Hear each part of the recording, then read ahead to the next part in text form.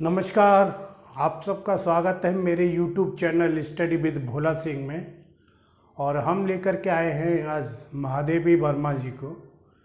इससे पहले हमने छायावादी कवि जयशंकर प्रसाद, सूर्यकांत त्रिपाठी निराला और सुमित्रा नंदन पंत जी को पढ़ा था। तो वो तीनों क्लासें हमारे YouTube channel study with Bhola Singh पर अपलोड हैं। जिन्होंने नहीं देखी वो जा कर के देख सकते हैं। तो आज हम अगली छायावादी कवि महादेवी वर्मा जी को लेकर के आए हैं। तो देखते हैं इनका साहित्यिक पहलू, कौन कौन सी रचनाएं लिखी, इनके माता पिता का क्या नाम था। तो महादेवी वर्मा का जन्म 1907 ईस्वी में फर्रुखाबाद उत्तर प्रदेश में हुआ था और इनके पिताजी का नाम गोविंद प्रसाद था। पिताजी का नाम गोविंद प्रसाद और इनकी माताजी का नाम हेमरानी देवी था। और इन्होंने धार्मिक जो शिक्षा ली थी महादेवी वर्मा जी ने, वो अपनी माताजी से ही सीखी थी। और इनकी जो मृत्यु जो है 1987 ईस्वी में इलाहाबाद में होती है। और इन्होंने इलाहाबाद से ही एक डिग्री ली थी और इन्होंने एमए किया था दर्शन शास्त्र में। और इनको आधुनिक मीरा भी कहा जाता है और वेदना की कवित्री भी कहा जाता है। तो इनको ये दो उपाधि हैं, आधुनिक मीरा महादेवी वर्मा को कहा जाता है और ये वेदना की कवित्री भी कहा जाता है। इनके प्रमुख काव्य रचनाएं संकलन देख लेते हैं कौन कौन से हैं। तो इन्होंने सबसे जो पहली रचना है इनकी छायावादी रचना काव्य संकलन, वो थी इनकी निहार, जो उन्होंने 1930 ईस्वी में प्रकाशित हुई थी। और अगली रचना थी इनकी रश्मि, जिसका प्रकाशन 1932 ईस्वी में कराया था। और इनकी अगली रचना नीरजा थी जो 1935 में आई थी और 1935 ईस्वी में प्रकाशित हुई थी रचना। और अगली जो रचना थी वो थी सांध्य गीत, जो 1936 ईस्वी में प्रकाशित कराई थी।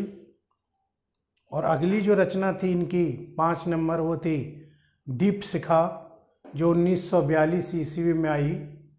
और अगली रचना थी इनकी सप्तपर्णा, जो 1960 ईस्वी में आई। और इस सप्तपर्णा में जो है ऋग्वेद के मंत्रों का हिंदी काव्य अनुवाद है सप्तपर्णा में।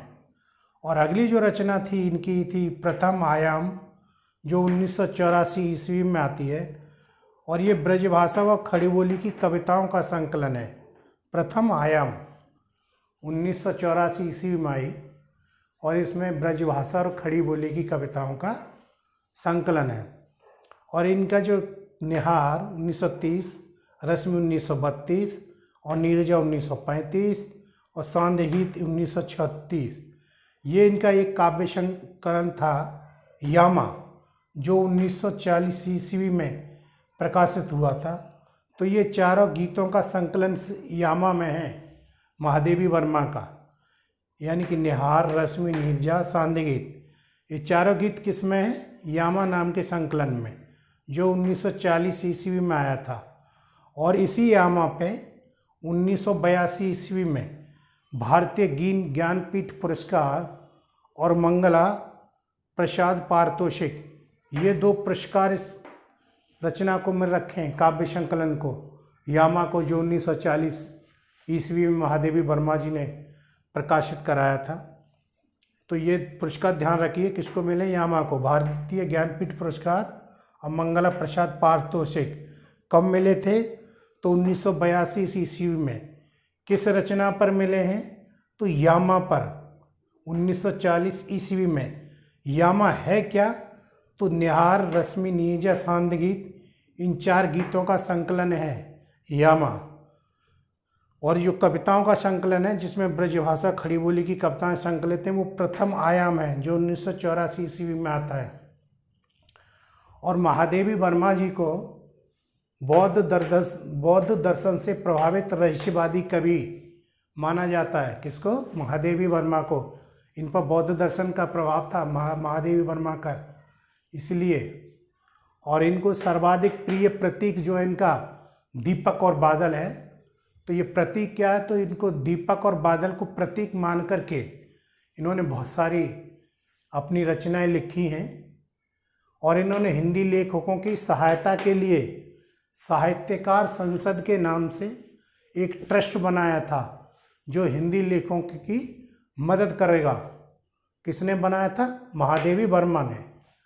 और निहार नीरजा जो है 1935 ईस्वी में जो आई थी, ये वाली रचना नीरजा 1935 ईस्वी में आई थी। इस रचना को शेक्सपियर पुरस्कार भी मिल रखा है। कौन सा पुरस्कार? शेक्सपियर पुरस्कार भी मिल रखा है। किसको?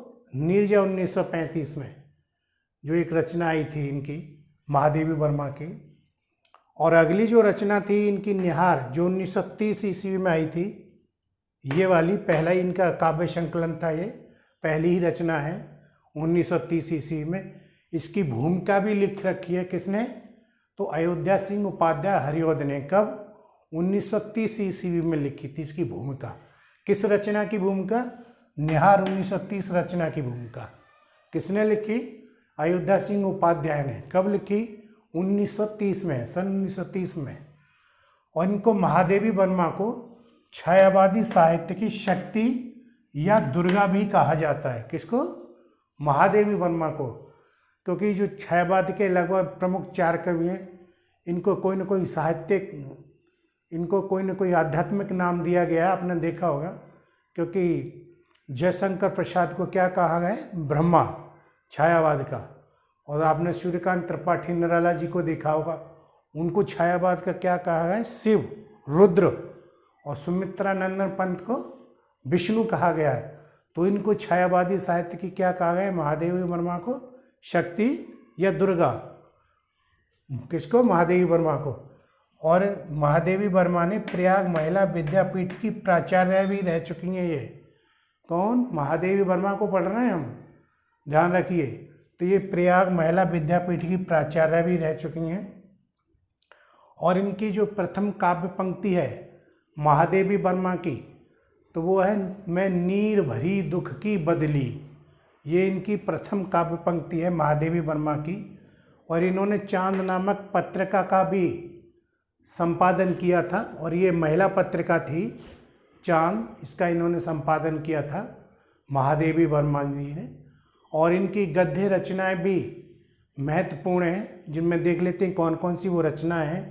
तो स्मृति की रेखाएं, पथ के साथी, श्रृंखला की कड़ियाँ और अतीत के चलचित्र, ये महादेवी वर्मा की गद्य रचनाएं हैं। तो आई होप कि छोटी सी क्लास आपकी समझ में आई हुई, क्योंकि जो तथ्य हैं वो महादेवी वर्मा के विषय में दिए गए हैं।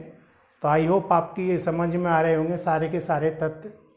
आप इनको एक बार और देख लीजिए, जितनी बार देखेंगे उतना समझ में अच्छा आएगा, क्योंकि ये तथ्य हैं, इनको बार बार देखना ही अच्छी यादगार बनाने के लिए सही रहेगा।